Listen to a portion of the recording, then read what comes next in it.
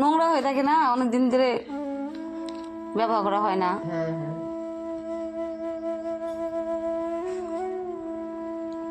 Train থেকে আসলাম, সেগুলোর জামা কাপড়, ট্রেনের জামা কাপড় তো আর ঘরে ঢুকাবো না।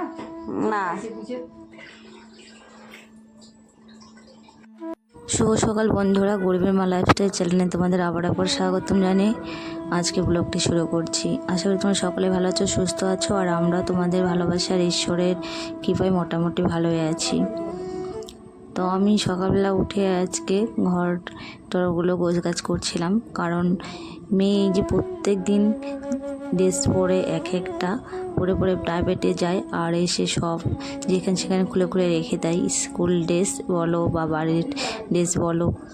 তো আমারও এক দুটা শাড়ি বাইরে ছিল, শাড়িগুলো অনেক দিন থেকেই বাইরে পড়ে আছে, মানে একদম বাইরে থেকে কুচকিয়ে গেছে শাড়িগুলো। তো তোলা হচ্ছে না, বলতে সময় পাচ্ছি না সেই জন্য, কারণ পরিস্থিতিটা আমার এতটা মানে কি বলবো, পরিস্থিতিটা এমন যে আমি একটু সময় পাই না সারাদিনে।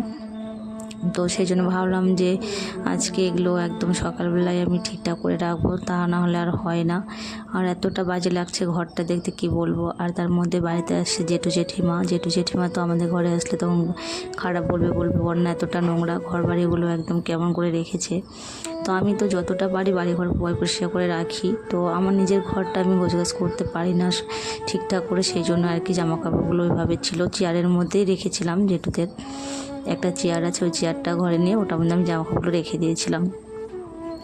কারণ তোমরা তো জানোই আমি লোকের বাড়িতে কাজ করি আর সময় পাই না। আমি যতটুকু সময় পাই তো গোছগাছ করে রেখে দিই। আর ছোটো বাচ্চারা থাকলে বাড়িতে তো বুঝতেই পারছো, কারণ আমার ছেলে মেয়ে অতটা বড় না, এমনি বড় লম্বা হয়েছে কিন্তু বয়স হিসাবে ছোটোই আছে এখনও, অতটা মানে কাজকর্মরা করতে পারে না। আর যেহেতু পড়াশোনা করে সেই জন্য আমি কিছু বলি না, আমার যতই প্রেশার পড়ুক আমি নিজেই করার চেষ্টা করি। তো সেগুলো আর কি গোছগাছ করছিলাম। আরও যে বেড কভারটা দেখছো, একটা নতুন বেড কভার আমি পেতেছি। আমার আগে যে বেড কভারগুলো ছিল সেগুলো সব ছিঁড়ে গেছে, ওগুলো তো আমার কাজের বাইরে থেকে দিয়েছিল, সবগুলো ওরা ইউজ করেছে। মানে বড় লোকরা যে কোনো জিনিস ইউজ করে মানে পুরাতন হয় না, মানে আধা পুরাতন হয়, সেগুলো ওরা আর ব্যবহার করে না, সেগুলো আমাদেরকে দিয়ে দেয়। সেগুলো আর কি আমাকে দিয়েছিল, ওগুলো আমি অনেকদিন পরে ইউজ করেছি। তো ওগুলো এখন ছিঁড়ে গেছে। মেয়ে সবসময় বিছানার উপরে বই পড়াশোনা করে, সেই জন্য আর কি তাড়াতাড়ি করে ছিঁড়ে গেল।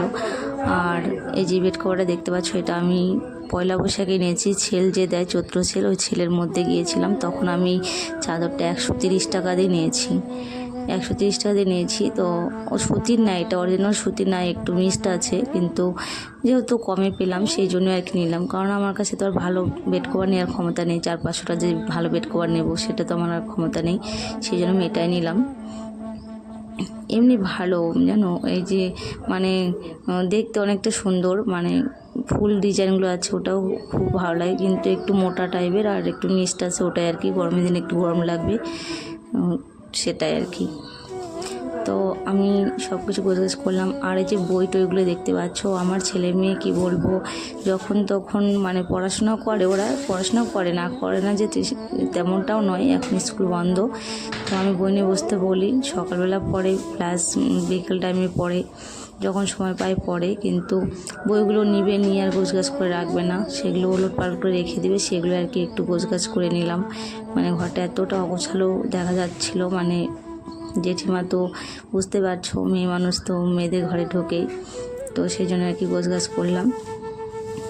তো গোছগাছ করে এমনিতেই জেঠিমার মাথা একটু মানে খারাপ আছে, সবসময় ভক করে থাকে, তোমরা বুঝতে পারবে ভিডিওর মধ্যেই আছে, মানে সবসময় মানে মাথা খারাপ করে দেয়, সবসময় মানে এত কথা বলে কি বলবো। সকালবেলা ঘুমের থেকে উঠে মানে শুরু করে দেয়, এই ভোর 5টা 4:30টার থেকে শুরু করে দেয়, মানে এতটা ভক করে, তো কি বলবো আর।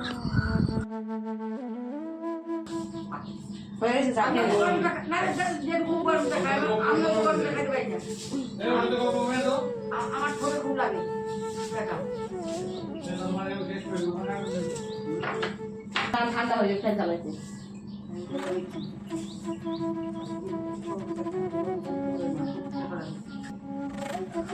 এই বাড়িতে থাকতে কম টাইম লাগে আমার যেটুকু না দেওয়া পরিষ্কার শোনেন অনেক টাইম লাগে, আপনি জানেন না, আমি যখন ঝাড় দিই আমার অনেক টাইম লেগে যায়।